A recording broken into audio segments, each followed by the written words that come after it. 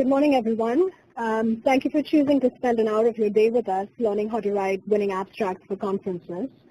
My name is Reshma Trasi, and I'm the Director of Monitoring, Evaluation, and Research at the Leadership Management and Governance Project. The LMG project, in short, is a USAID-funded project that strengthens and improves leadership management and governance practices to strengthen health systems worldwide. My co-panelist for today, co-presenter, is Carol Douglas, the Senior Communications Manager at Management Sciences for Health. Carol brings years of experience sharing tips on how to write powerful abstracts, and I'm thrilled to be co-hosting this webinar with her. Before we begin, I want to thank Sarah Lindsay from the LMG project, Sarah is also managing the polls for the webinar today, and I'll cue her in a bit to talk about it.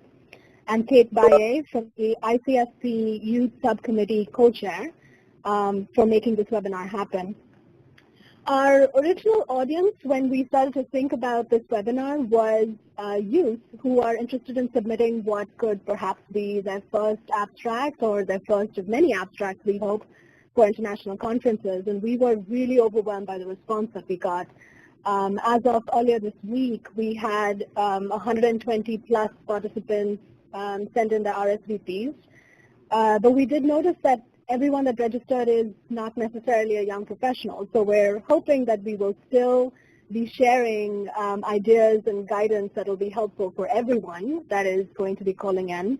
And we're hoping that those of you that work with youth will also choose to mentor other youth and encourage them to submit abstracts, both to the International Conference on Family Planning and many other conferences that are coming down the pike. So the format for the presentation today is this. We will walk you through the webinar in about the first 25 minutes or so, and we're hoping that the rest of the webinar can be used to answer questions as best as we can. Because of the large group of respondents that had come in for the webinar, we've unfortunately had to go with a less participatory or less interactive webinar as we'd originally hoped, but we're still hoping that this webinar will still be really useful and helpful to all of you. So with that, I'm going to hand it over to Sarah to talk about ways to send in your questions and about the poll as well. Thanks, Reshma. So as you all logged on, I'm sure you saw a poll pop up on your screen. We're using this just short poll to kind of gauge how many of you are planning to submit abstracts or have submitted abstracts, just so we have an idea of who's in our audience so we can kind of help tailor this to what you guys are planning. When you log out, you'll also see an exit poll. It should also be a short 3 questions just to help us improve. During the webinar, we're happy to take questions during some breaks, so we probably won't stop the live presentation, but hopefully the last 30 minutes we'll have to answer these questions. So if you'll please use the chat function, you'll see it at the top of your screen beside participants. That's a little bit easier for us to manage than the Q&A function. So if you use the chat function and type in your question, we will be monitoring those and trying to answer them as soon as we can and trying to get to all of them. Thanks. And we'll hand it back to Reshma. All right. Thanks, Sarah. I think we're seeing some participants indicating that they're perhaps having trouble hearing. So those of you that can hear us, just give us a couple of minutes while we make sure that everyone that has logged in can hear us. So you'll probably hear a couple of minutes of silence, but don't worry, we're just trying to sort out the technology side of things. Sometimes technology works really well, and sometimes it doesn't always work. So give us a couple of minutes, and we'd really appreciate it if those of you that can hear us could just indicate in the chat window if you can.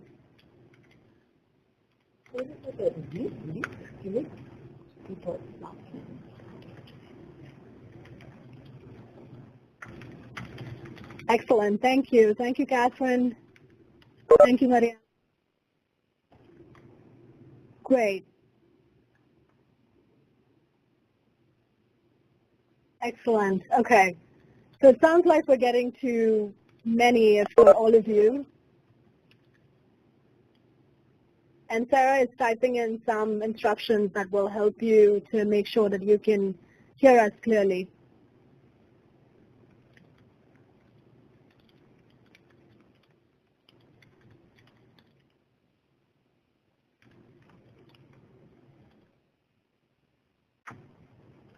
Should we continue? Okay.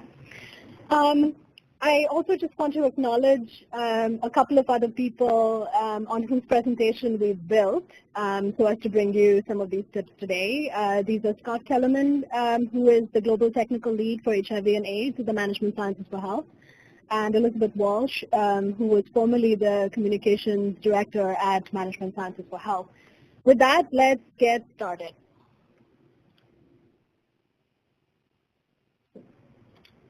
We continue? Okay.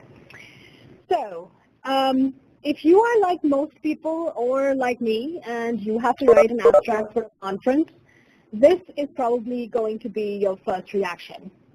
Know that sweaty palms and palpitations are usual and expected, and know that you are not alone. The first step, though, is to stay calm, because I think we've got a way for you to be victorious and conquer all your fears, so to say. And we're thrilled, really thrilled today to have the opportunity to share our experiences with you. So in our brief time together, this is the structure of the webinar. We'll be talking about why bother with the abstract, what's it used for, how it's judged, and basically what goes into it. And in particular, what you want to do before you even begin. There's certainly a mindset, but also some ways to organize your thoughts that will really, really help in your planning and in your writing. And towards the end, we'll talk about learning objectives and a catchy title that will help grab the attention of your audience and get you into that conference.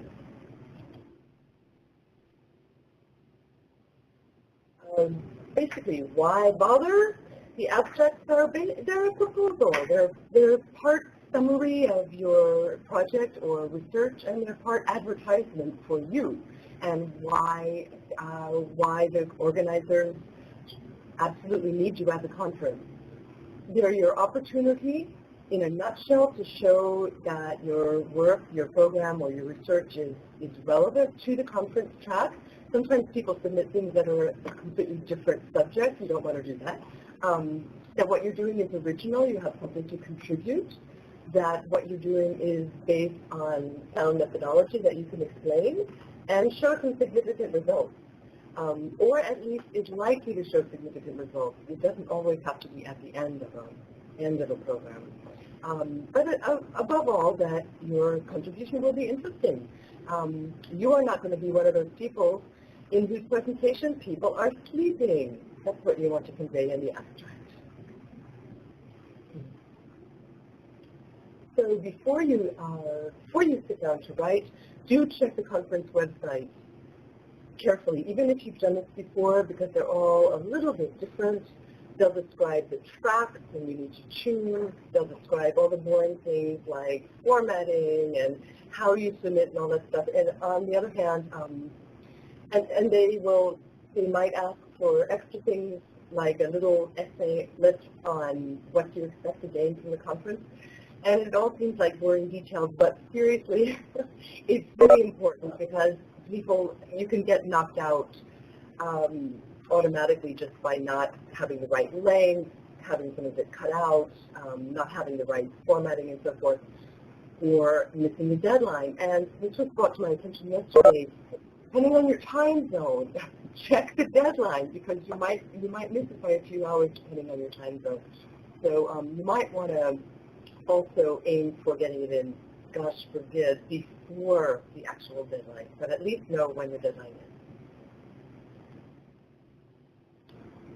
So the first step I would suggest is, seriously, what do you want to say? And you might consider having a peer or a spouse or a colleague ask you, so what do you want to say at this conference?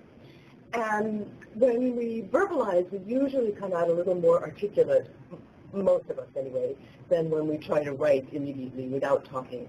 So if you tell somebody your main points, 2 or 3 main points, you're more likely to be able to capture them easily when you write.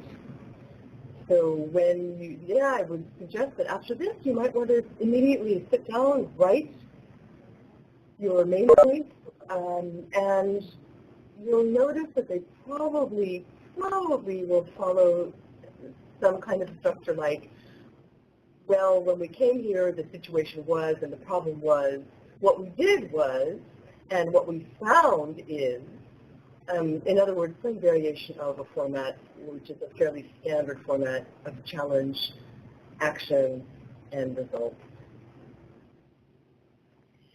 So here's an example. We were talking about, well, what is it that we want to say? And here are 3 things that I would like to say as, what's part of the project that we're working on. There's an unmet need for contraceptives. Women, and especially people in rural areas in Uganda, have poor access to family planning services. There's also a shortage of trained staff. And private sector drug shops serve as the first stop for healthcare services for many people living in rural populations. So taking some of the principles that Carol was talking about, you see that just the sense of what is it that we want to say through our abstract covers a couple of things. This section here talks a little bit about the challenge that we're trying to address in rural Uganda, and this gives a little bit of a hint of what is the action or the solution for the challenge or the problem that we're currently facing. Okay, once you have that down, you might want to think about your learning objectives. This is often explicitly requested, though not always, but it's a good idea to keep it in mind. This refers to, apparently, conference organizers say that people get this confused a lot. So this doesn't refer to what people are learning in your study or what you learn from your studies. It really refers to the conference. So you want to articulate what you want your audience to know or to be able to say or do by the end of it. In other words, for example, by the end of my presentation, participants will understand the contribution of private drug sellers toward meeting, etc. I don't have to read it to you. You can read it, but basically think about by the end of my presentation, what will people know, and how might it be relevant to their work? Useful to bear in mind even before you start. The next step is going back to your website and the suggestions and the requirements. They will usually have a structure that they want. They might even have, for the Family Planning Conference, they do have word counts for each little section. I think the Family Planning Conference has 5 or 6 rubrics, but commonly there are some variation of these for the background, which includes what was happening before you got there, methods, what did you do, results, and then a discussion, which might include lessons learned and next steps or whatever. So let's look at, for the background and methods, actually, you will want to be answering a number of questions. Actually, for all of the sections, you will be wanting to answer these questions. If you've ever studied journalism, they will look familiar. They're called the W's and H's. Who, what, when, where, why, and how. And if this confuses you, when this is over, just pick up any newspaper or go to any newspaper website, look at any news story, not a feature but a news story, and you will see the who, what, when, where, why answered in the first paragraph of the news story. But those are the basic questions that you'll be answering in your abstract. If it's not complete, if it doesn't feel like it answers everything, it's usually because one of these are missing. For instance, freshman. So we're going to try and apply the W's and the H, like Carol just said, to this very large paragraph that you see in there. We've taken this and tweaked an abstract that MSH has submitted to the International Conference on Family Planning in 2013. So you'll see that the first paragraph, for example, that says contraceptive use is low, Only 26% of married women use a modern method. There is an unmet need. In rural areas, long distances to public health services and shortage of trained staff contribute to low use. This kind of gives you a sense of why. What is the problem? What is the context? Why should your reviewer or the conference care about the abstract that you're presenting? The second paragraph talks about the who. Who's the target group of your intervention or your program, and why is this target group important as well? So private sector drug shops are more readily found in rural areas. They often serve as a first stop. Their involvement is important to increase family planning, not only because they have a greater presence, but they also have an incentive to maintain a steady supply, less likely to suffer from stockouts, unlike many public health sector health posts or clinics. So this is also giving you a combination of who we're working with, but also why we're working with them. Let's go a little bit into the methods, and again, the same W's and H here as well. It talks about the project, and it's training drug shop operators from 4 districts, so that gives you a little bit of the where, to provide short-term contraceptive methods. It also tells you that we were recording monthly data for a period of 9 months, so that's telling you how often we were doing this. It's also telling you that the data that we were collecting was being collected from district health offices and village health teams. It also tells you how that data is being collected. So this, in a way, is that overlap of all the W's and 3 W's in this case and an H of applying this to the methods section. So once you've had a chance to write your methods out, go back and take a look to see if you have answered, in fact, the W's and the H, and you haven't left out any of the specific questions. And that we find is a really helpful check-in to make sure that your methods section and your background section is, in fact, complete. As fun as it may be to write all about the methods, what happened in the program, how did you collect the data, what officials were involved and so forth, actually the results are probably even more important than that. Don't skimp on the results. We really want to know what happens, not just how you found out, but what happens. And we'll have another example with Reshma. And of course, in your conclusion, it could be lessons learned, it could be why it worked, why it didn't work, what next steps you may have if it's a program-based presentation, what next steps you may have in the program, and what words of wisdom you may have for other people tackling the same issue. Okay, so let's look at the results section of the same abstract that we were talking about earlier. This really gives you a clear picture of the quantitative results. There's an indication of the percentage change that happened over the duration of the project. Getting a lot of feedback. Give us just a second.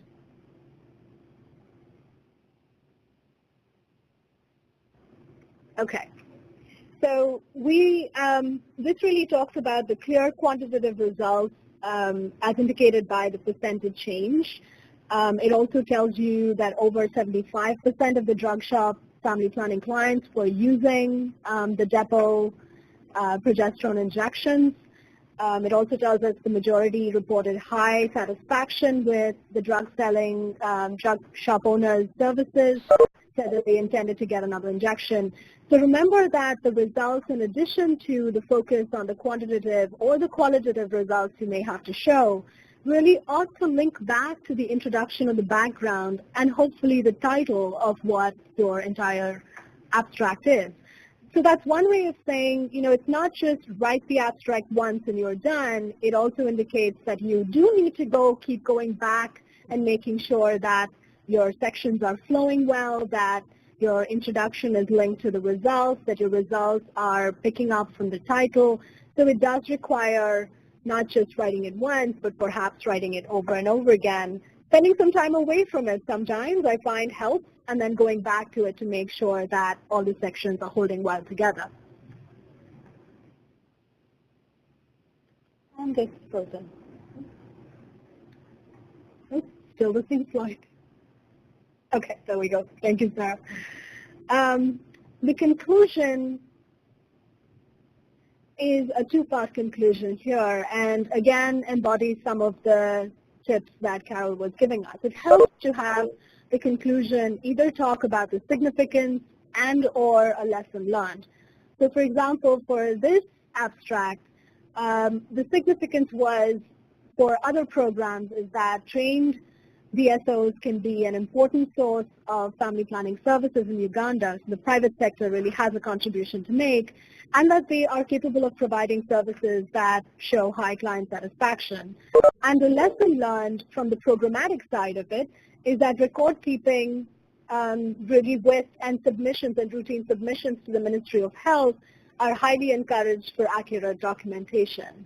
So that's one way of saying that the private sector is not a standalone component of the health system in Uganda, but making sure that the private sector is linked to the Ministry of Health and is moving some of the Ministry of Health initiatives and targets and contributing to the targets or the family planning goals is really important as well. Okay. So in this particular conference, this is the lineup that word counts that they're asking for. And Rishman, I realize that this may sound very laborious. We're asking you to pay a lot of attention to categories and to refine your writing probably several times. But the good news is that once you've done this, you have a summary of your presentation. You will have really prepared for your presentation. Doing the abstract should really decrease the week before and night before presentation jitters, because you will have it down and you will have it presented in a very pithy fashion. We would also suggest that. Next. Can we go to the next one? Oh, we'll get to this. Okay. Right. So once you know what you want to say, a very important part that's often kind of not paid attention to is your title. But the title, as you know, as you'll notice when you're deciding whose presentations to attend, the title is really important. It can make the difference between a lot of people, between basically a full hall and a fairly empty hall. You might want to do it last. Some people do like to do it first. A lot of people like to do it last. You may definitely want to think of several different possible titles. They should be short, make them catchy. Even if you see a lot of boring titles out there, don't make yours boring. You can make it as interesting as you can. And again, you're more likely to get people there if you do. Here's an example of two perfectly acceptable titles, but you can tell from your own reaction which might work better. The first was, and this was actually used, Monitoring and Evaluating Radio and Television-Based Sexual Education in Urban Chile, Guidelines for Program Surveillance. So, you know, it's something about sex ed and radio and TV, so you might call that instead Sex, Truth, and Videotape, Evaluating Mass Media Sex Education. So you can make your own judgment on as to which might work better for you.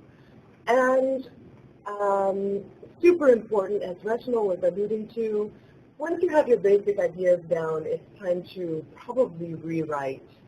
It's extremely useful to have a parent or a child or a grandparent read it, or even discuss it with them before you even start. But certainly have them read it.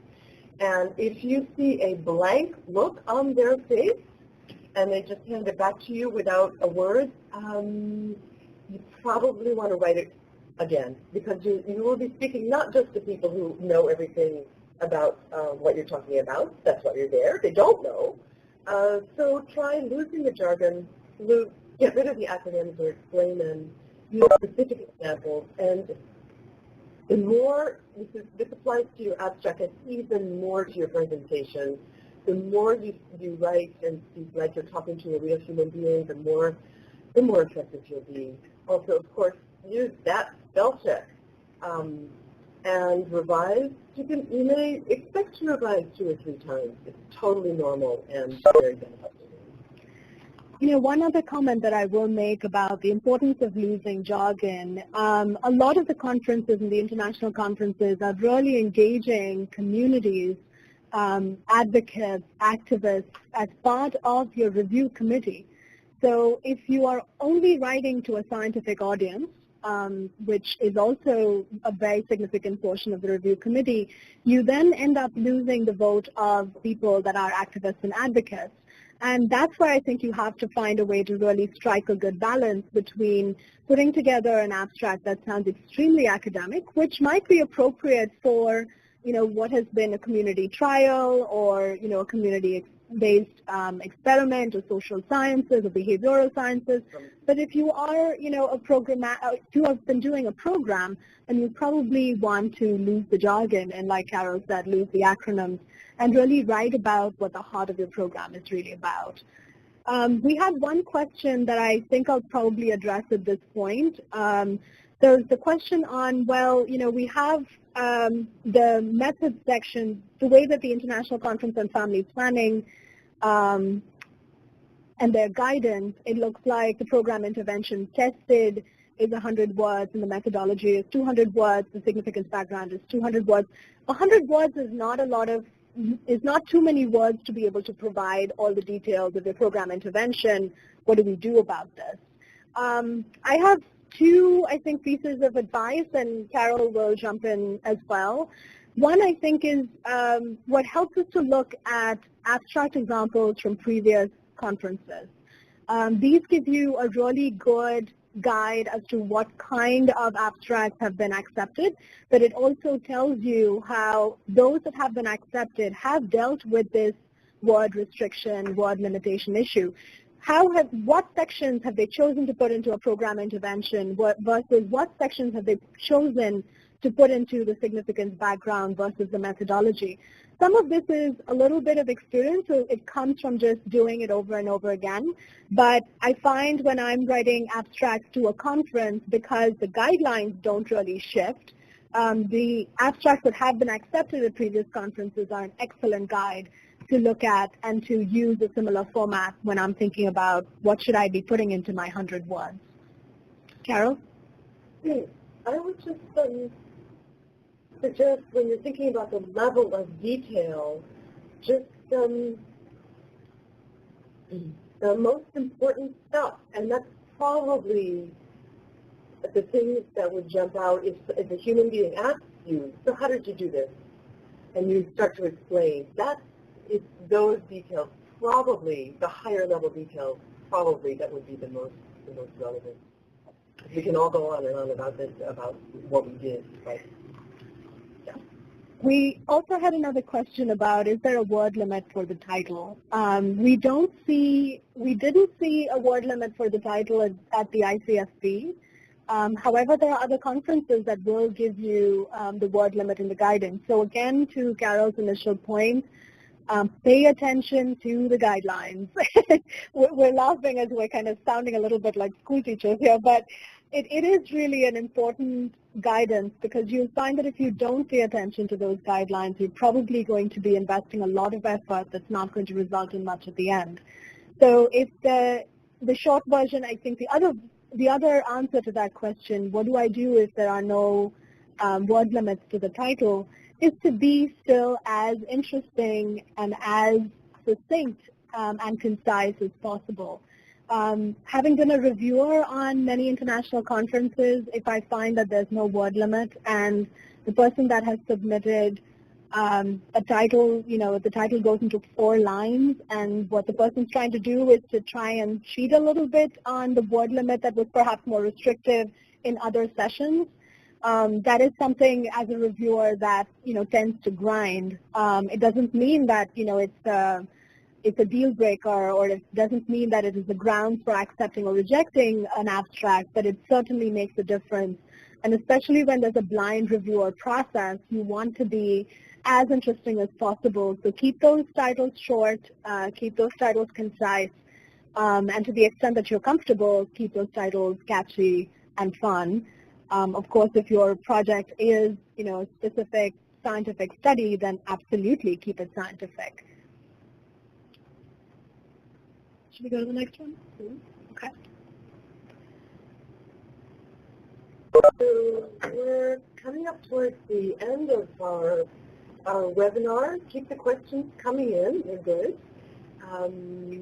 Just a quick review. We looked at why do this, what will it do for you, what you want to do before you even start writing, how to plan, and how to develop learning things that you might not ordinarily worry about in your work, such as learning objectives and a possibly catchy title.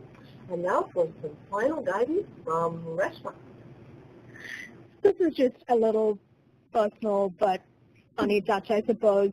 One thing to clarify, submit before the deadline. I just want to reinforce that. I cannot tell you the number of times that people misread the time zone in which, to which you're submitting. Remember that the conference is happening in Indonesia. Make sure you're reading the guidance to make sure that the timeline for submission, and check whether that is a US-based timeline or if it is a local timeline, and calculate backwards. The other thing that you will find is, I think it's just human nature. We all tend to wait till the last minute to submit our abstract. You're not alone. We all do that all the time. But what that also does is if there's an online submission system, that system tends to crash. I cannot tell you the number of times at the International AIDS Conference this has happened. So another appeal for all of you to please plan ahead. Don't wait till the last day to submit your abstract. There will usually be an overwhelming presence on that online system, and those online systems sometimes are not able to take that load. So just keep that in mind.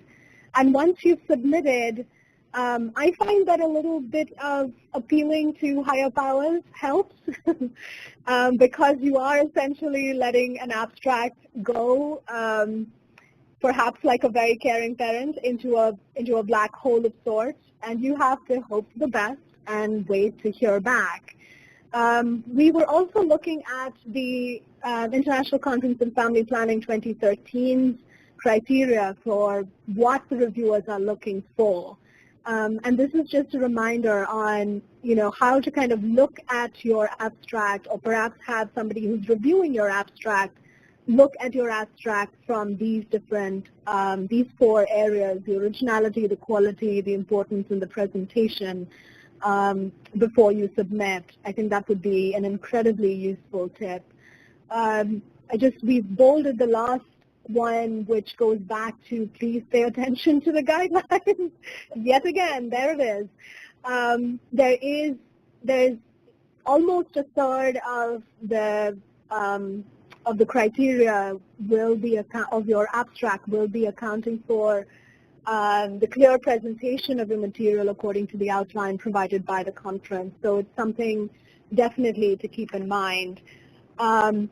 So with these last, I think, reviewers' perspectives from the ICFP, this brings kind of our presentation section to the end. When we started off, we were saying don't panic. Hyperventilation and anxiety is a natural response, but we're hoping that with these tips and some examples, we've given you all a chance to be inspired to submit, be brave, and remember that the journey of 1,000 miles begins with a single step. Thank you very much, and we're now open for any questions you might have for us. So, we're looking at the questions that have been coming in. Is the conference targeting abstracts from program work or even academic work which may not exactly be program related? I think the clue that you probably want to use is to go look at the tracks and look at the subtracks. And if your work you feel could be made to fit to a certain subtrack, then absolutely go ahead and submit it. If it is not in any way or form related to family planning, then you may not, there's a very, very high chance that it's not going to get accepted. This is an international conference on family planning. So if you are doing something that is maternal and child health related, for example, and you can bring in the postpartum family planning component of it, then I think there's an absolute way of connecting your abstract to the conference's themes. But if it is working on a completely different field that is unrelated to family planning, you may want to reconsider it. But that's not to say you shouldn't be writing that abstract. There are many, many international conferences coming up. There is an HIV conference that's coming up soon. There are reproductive health conferences. There are TB conferences. So depending on what conference you're writing to, I'd like to think that the content of today's webinar is applicable to all of those. These are fairly generic tips and guidelines that you can use, and we're hoping that you will use those to submit to other conferences as well. So we had another question on, I have a few citations in my abstract. How do I deal with it? Should I keep the reference section or use footnotes? That's a very good question. I've seen different conferences deal with this differently. My apologies, I don't know exactly how the international conference deals with it. Two ways of doing this in any conference generically is to include it in the footnotes.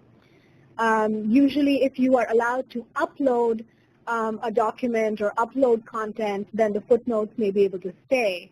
However, if you are cutting and pasting into an access-based form to each of these sections, then the footnotes, you may not be able to put those in. So what I will suggest is most conferences that accept online submissions allow you to create an online profile and use that opportunity to go into the conference profile page or your profile page to get a sense of the format in which you have to submit your abstract. Is there a separate section for references? Is there a separate way of incorporating your citations? Usually conferences will have thought about this and will have their own way of working with it or not. Kate does have some guidance for you guys. It says you can upload a PDF with about 5 tables and graphs, and you can have your footnotes included there as well. Thank you so much, Kate. That's really helpful information. So we have another question. Can you include quotations, say beneficiary statements? So I'm guessing that this is a qualitative or a programmatic evaluation where you use some kind of qualitative methods and that there were beneficiary statements or direct quotes. I would say use your discretion. If you can use the quotes but lose the sentences and still keep it to your word limit, then I think you absolutely can use direct quotes. I think it would be very appealing to reviewers to be able to look at direct voices from the beneficiaries. But again, the word limit will be your decision-making point. So there's a question that says, what to include in the abstract, making it catchy. I would like to hear more of that, please. So what are different ways to make the abstract, as well as I'm hoping the title, catchy? And I'm going to turn to Carol here because this is hitting up against my limitations. I think catchy is probably most best applied to the title. The abstract is all about content, but I think you're going to get as close to catchy as you're going to get mostly by talking, again, by expressing it verbally to people. So have somebody ask you, what is this about? What's the most, answer interesting questions, like, what's the most surprising thing that you learned? What was different than you thought? Words of advice. That kind of thinking, rather than too much wordsmithing in the actual body of the abstract.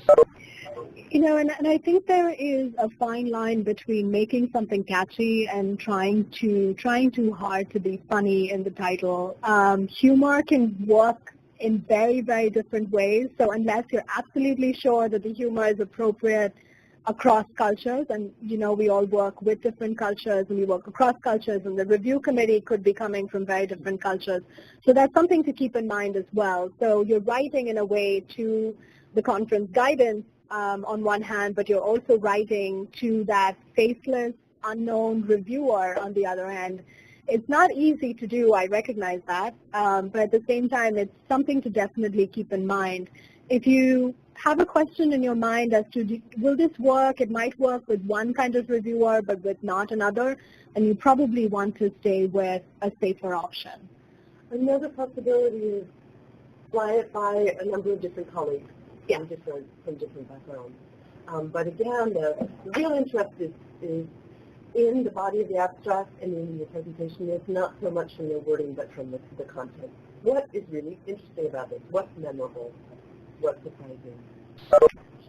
That's really good advice. So we have another question. How many abstracts do you recommend sending per program? I am focusing on youth-oriented delivery innovations and model examining the innovations on SRH and FB under youth projects in the Reducing Maternal Mortality and Morbidity program. Do you advise I examine only one youth project under this program or strategically examine all other youth projects under the program in the abstract? That's a really good question, but it's also a really difficult question, I think, to answer without knowing what an overarching project-based or program-based abstract could then contribute to the conference versus what individual project-based abstracts might be able to contribute. You may also be limited by the conference guidance. I think we have seen that you are only allowed to submit 2 abstracts per person. Is that right, Sarah? Do you remember that? Okay, so it is 2 abstracts per person, so that's a limit that the conference is already placing. So it may be worth submitting perhaps one that is looking across all programs, and then maybe submitting one that is focusing on one program that is specifically linked to one of the tracks. I hope that helps. It's a hard question to answer without really knowing the content of what sounds like really phenomenal work that you're doing. So I'm hoping that helps somewhat. Yeah, and to clarify what Reshma said, you can submit as many abstracts as you want. You can just present 2 of them, but you might not want to dilute what you're sending all these abstracts, and you probably don't want to send 10 in hopes that 2 get accepted. You just try to do the best quality that you can. And I think Sarah is absolutely right. I think that the key word there is quality. If you feel that you have about a week and I think about 10 days, the abstract submission deadline is May 1st, as you all know. Again, check the time zone. It's sometime on May 1st, so you have about 10 days to get that abstract revised, written, and submitted. Sorry, in the opposite order, written, revised, and submitted. So I think you want to think about how many you can practically get done before then and ensuring that they're of the highest quality, following a lot of, hopefully, the tips that we provided today so that you can increase your chances of getting accepted. How many people will review each abstract? Yeah, I agree. It's usually 2 to 3 people. Different conferences do reviewers take into account reviewing responsibilities differently. Most conferences will have between 2 and 3 reviewers reviewing each abstract, and then the scores of the rating from each of the reviewers gets aggregated to figure out which abstract will get accepted versus not. So when the average scores are calculated for all the thousands of abstracts, there's usually a cutoff point per track above which abstracts will get accepted, and those below the average score do not get accepted, and you will receive notification around it. Can you please explain more on the spotlighted tracks in the topics? Under the topics, there are subtopics. Do they serve as a guide to the topic, or should we be writing to each of them? No, they serve as a guide to the subcomponents of the topic. The way that the topics are framed, or the tracks are framed, is very broad. So it's like demographic dividends. There's a lot of things that you could be focusing on under demographic dividend. What the subtracks tell you is what the conference organizers feel could be the area that is important or of high priority for them. So let's look specifically at the one on youth and adolescents. There are 5 different subtracks that the conference would like to feature abstracts and programs on. It's youth-oriented service delivery, innovation, and models, which it sounds like one of our colleagues who was asking about youth-oriented models, under the Reducing Maternal Mortality and Morbidity program could very well be writing an abstract to this subtrack. There's one on developing youth leaders. There's one on contraceptive use by youth, acceptability, use, and continuation. There's delayed marriage, delayed first pregnancy, and there's pre-adolescence. So if you've got something that probably does not fit to these 5 subtracks, you may want to see if there are other subtracks and other tracks that you could possibly be linking your abstract to. But the subtracks are a really good indication of whether the content that you have within your program is worth submitting to the International Conference on Family Planning in the first place. So again, definitely spend at least an hour or two looking very closely at the tracks, the subtracks, the format, and the guidance. I'm sorry, I sound like a stuck record, but it really is important and we can't repeat it enough times. Sure, and one more component of this question is, what are the spotlighted tracks? So when you look at the ICFP website with all the tracks, you see a couple of topics are bolded. So this just means the conference is prioritizing this, that they want to see abstracts on this topic. It doesn't mean that those might be accepted more than the other tracks. It just means they're being prioritized. So don't feel like you have to force your abstract to fit into one of the spotlighted tracks, but if you have something that fits, definitely send it in. It's what the conference is looking for. Excellent. So we had another question on, can you help us find the abstracts from the last conference? I'm on the 2013 conference website and can't find them. Sure. So I've actually been looking at those as well. So on the 2013 website, you just go, you see in the sidebar it says sessions. So click the sessions and it lists every single session that was at the conference 2 years ago in Addis. And once you click the session, so say like 1.04 title, you click the session, then every single individual abstract that was presented in that session you will see.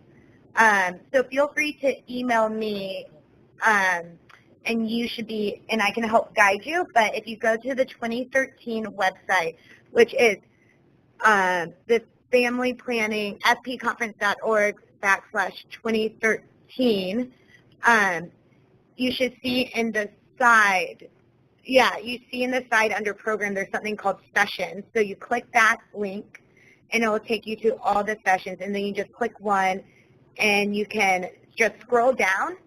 You don't want to click the presentations unless you want to see their PowerPoint, but if you just scroll down, you'll see the actual written abstracts broken down into background, methods, interventions. So hopefully you can see a lot of examples, you can see titles, you can see all the other things. So hopefully that will help you. Not sure about that question. So I think this question is asking, so just as we wrap this up, we will be sending a recording of this webinar to everyone so you can all see it. And I think someone's asking, will they be able to ask this question offline? And I think kind of the best answer to this is look to your support group. Look to your peers, coworkers, any mentors, supervisors, students, and share with them the criteria of your abstract, and then give them your abstract and have them try to judge it on that. Unfortunately, we don't have enough time to answer a lot of individual questions offline, so I think try to use your support network and ask them, someone with a fresh pair of eyes, to read over your abstract and to judge it as a reviewer would judge it and to give you feedback. Sounds like a plan. We're coming to the end of the hour, and it sounds like we've answered most of the questions that we had through this webinar. So I just want to thank all of you for joining us. I want to thank Sarah and Carol.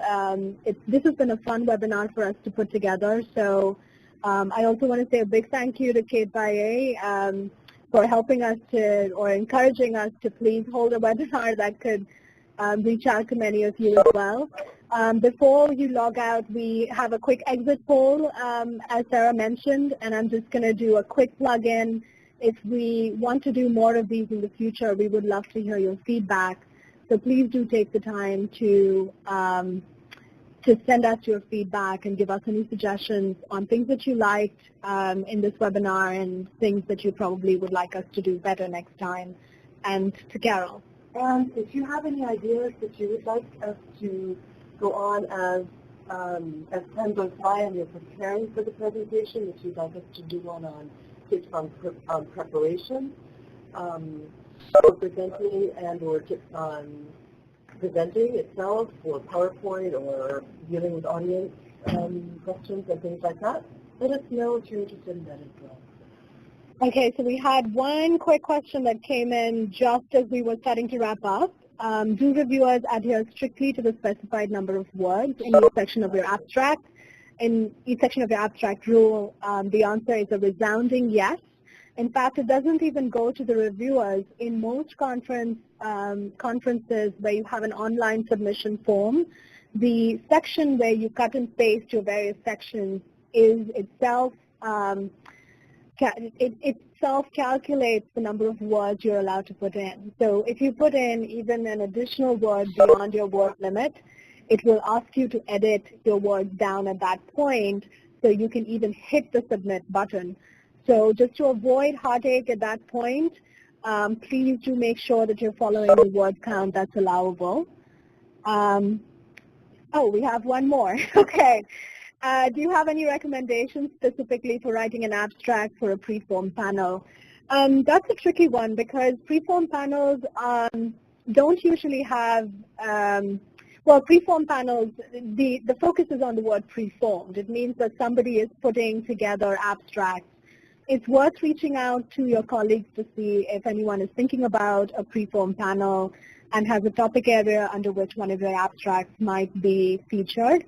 The other thing that many conferences, and including the International Conference on Family Planning, does is that even if you submit it as an individual abstract and it's not submitted within a preform panel, if there are many abstracts that hold together and align along a certain theme or subtopic that is of interest to the conference organizers, they do also pick up individual abstract submissions and ask if you would be interested in being part of a preform panel after submitting the abstract. So you've got two options: either start to coordinate with colleagues to see if you could be part of a preform panel that perhaps they are working on, or so go ahead and submit it as an individual abstract. And if your abstract is accepted, the conference organizers might then start to think about other panels that they may want to put together where abstract, for all you know, might be perfect. So we hope that helps. It sounds like we have to start heading out of this room, as you can probably tell with the phone ringing in the background. So just want to say one final round of thank you to all of you, and do please complete the exit poll so we can get the feedback that we need. Thank you very much.